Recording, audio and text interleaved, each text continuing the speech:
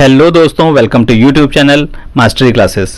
और हम पढ़ रहे हैं क्लास 12 की अकाउंटेंसी। और ये है आपका चैप्टर, आपकी सेकंड बुक का चैप्टर 1, इसे चैप्टर 5 भी कह सकते हैं, अकाउंटिंग ऑफ शेयर कैपिटल। तो अब तक हमने शेयर्स के बारे में बहुत कुछ पढ़ लिया, कंपनी के बारे में बहुत कुछ पढ़ लिया। अब आइए कुछ और टर्म्स के बारे में जानते हैं जो हमें आगे क्वेश्चन करते हुए बहुत काम आने वाली हैं जब हम प्रैक्टिकल क्वेश्चन करेंगे। देखिए, कुछ टर्म्स होती हैं जैसे कि जो शेयर्स इशू होते हैं वो 3 तरीके से इशू हो सकते हैं। ठीक है, एक तो होता है एट पार, एट प्रीमियम और एट डिस्काउंट। एट पार क्या होता है कि हमने भाई शेयर्स 10 रुपये का इशू किया था और 10 रुपये पे ही हमें मिल गया। ठीक है, एक होता है कि 10 रुपये का इशू किया लेकिन हम वो जो है मार्केट में कितने का मिल रहा है, 12 रुपये 15 रुपये, यानी कि उससे ज़्यादा पे मिल रहा है। और तीसरा क्या होता है डिस्काउंट पे, हम तो 10 रुपये में बेच रहे हैं लेकिन मार्केट में जो रेट है वो 10 रुपये मिल ही नहीं रहा, 8 रुपये मिल रहा है, 9 रुपये मिल रहा है, 7 रुपये मिल रहा है, तो वो होता है डिस्काउंट। ठीक है, at par the shares are to be issued at par when their issue price is exactly equal to their nominal value according to the term and condition of issue। ठीक है, तो इसमें क्या होता है एट पार में कि जो अमाउंट जो मिल रहा है, शेयर प्राइस है, वो उसके नॉमिनल वैल्यू के बराबर है। यानी कि हमने 10 रुपये का इशू किया था और हमें मिल भी रहा है 10 रुपये। ठीक है, तो ये क्या है, एट पार है, बराबर उसी रेट पे मिल रहा है। देखो आप जो मार्केट में देखोगे ना, आप स्टॉक एक्सचेंज में शेयर खरीदने जाओ, शेयर होता कितने का है, 1000 रुपये का मिल रहा है, कोई 300 का है, कोई 400 का है, 300 का, 400 का। ठीक है, इस तरीके। लेकिन उसकी अगर नॉमिनल वैल्यू देखें ना, फेस वैल्यू, वो 10 रुपये होती है। यानी कंपनी ने तो 10 रुपये इशू किया था लेकिन आज मार्केट में वो इतना महंगा मिल रहा है, यानी कि ये प्रीमियम पे मिल रहा है।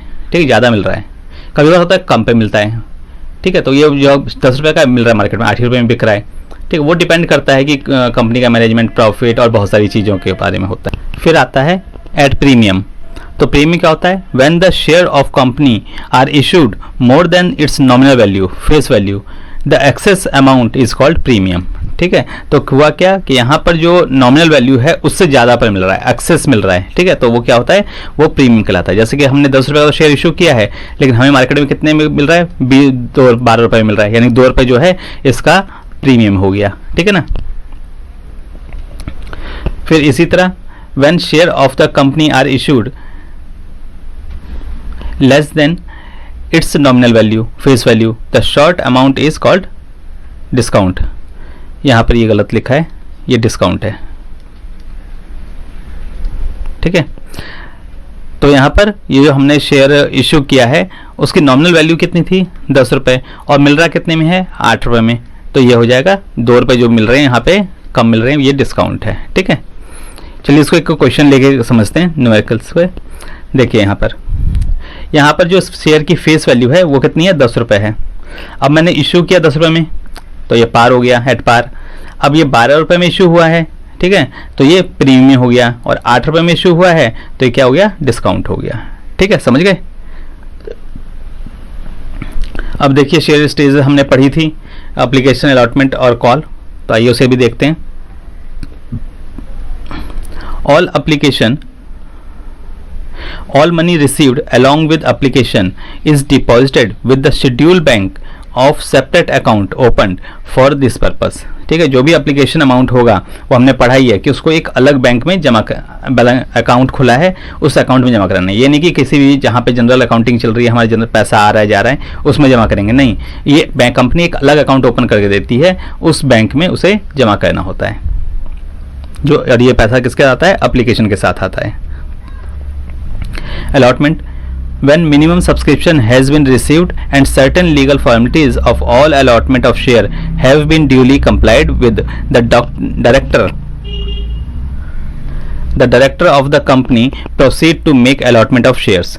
The allotment of share implies a contract between company and the applicant, who are now become the allottee and assume the status of shareholders or member। ठीक है, तो इसमें क्या होता है कि अलॉटमेंट के टाइप कब करते हैं, जब हमें मिनिमम सब्सक्रिप्शन आता है। ये हमेशा याद रखना, जब मिनिमम सब्सक्रिप्शन आएगा तभी हम अलॉटमेंट करेंगे, अदरवाइज अलॉटमेंट नहीं कर सकते। उसका जो भी लीगल फॉर्मेलिटीज होती है वो पूरी करते हैं और शेयर्स जो है इशू कर देते हैं। अब शेयर इशू का मतलब क्या हुआ, अलॉटमेंट लेटर हम उन्हें दे देते हैं, यानी कि अब ये एक लीगल कॉन्ट्रैक्ट हो गया एक कंपनी और उसके जो अलॉटी के बीच में, जो अब बन गया हमारा क्या, शेयर होल्डर बन गया कंपनी का। इन द इवेंट ऑफ, अब आता है on call, in the event of share not being fully called up till the completion of allotment of share, the remaining amount on share is called. यानी कि अब देखिए जो allotment तक हमने पूरा पैसा नहीं मांगा, यानी कि हमारा जो 100 रुपये का शेयर था तो उस पर हमने कितना मांग लिया, मान लीजिए हमने 40 रुपये मांग लिए, 20 रुपये मांग लिए, ठीक है। अब ये हो गए मेरे अप्लीकेशन पे और ये हो गए मेरे अलॉटमेंट पे, ठीक है। तो अभी तक मैंने पूरा तो मांगा नहीं, अभी कितने मांगे, 60 रुपये मांगे, अभी 40 रुपये मांगने बाकी हैं। तो ये 40 रुपये कहाँ हैं, ये 40 रुपये यहाँ हैं ऑन कॉल, मतलब जब जरूरत होगी तब हम कॉल करेंगे उसे, ठीक है। तो वो कॉल मनी कहलाती है। अब यहाँ पर नोट करना क्या है, नोट करने की चीज़ ये है कि the amount of any call should not exceed 25% of face value of share. अब जो भी कॉल मनी होगी वो 25% से ज़्यादा तो होनी नहीं चाहिए, ठीक है। And there must be interval at least 1 month between making 2 calls unless otherwise provided by the article of association of company. एक जनरल जो रूल है वो है ये है कि 2 कॉल्स, यानी कि फर्स्ट कॉल, यानी मुझे जो पैसा मांगना है, मान लीजिए मैं 2 कॉल पे मांगता हूँ, यानी कि एक फर्स्ट कॉल पे मांग लिया, एक सेकंड कॉल पे मांग लिया, तो इन दोनों के बीच में 1 महीने का गैप होना चाहिए, ठीक है। 1 month का गैप होना चाहिए। अगर मैं 1 month का गैप नहीं है, चाहे तो वो मेरा आर्टिकल में मेंशन होना चाहिए, आर्टिकल ऑफ एसोसिएशन में, अगर नहीं है तो मुझे 1 month का जो गैप है वो मेंटेन करना ही पड़ेगा, ठीक है। तो आपको ये समझ में आ गया होगा ये टर्म एंड कंडीशंस क्या हैं, ये बहुत इंपॉर्टेंट है जो कि हम आगे एग्जाम्स में अपने क्वेश्चंस में यूज़ करेंगे, ठीक है। तो इसलिए आपको ये पता होनी चाहिए। अगर इसमें कोई डाउट हो तो आप कमेंट बॉक्स में पूछ सकते हैं, और ऐसे ही वीडियोस के लिए आपको इस चैनल को करना होगा लाइक, सब्सक्राइब और बेल आइकन को जरूर हिट करें ताकि आपको ऐसे ही नोटिफिकेशंस मिलते रहें। फिर मिलेंगे नेक्स्ट वीडियो में, टिल देन गुड बाय।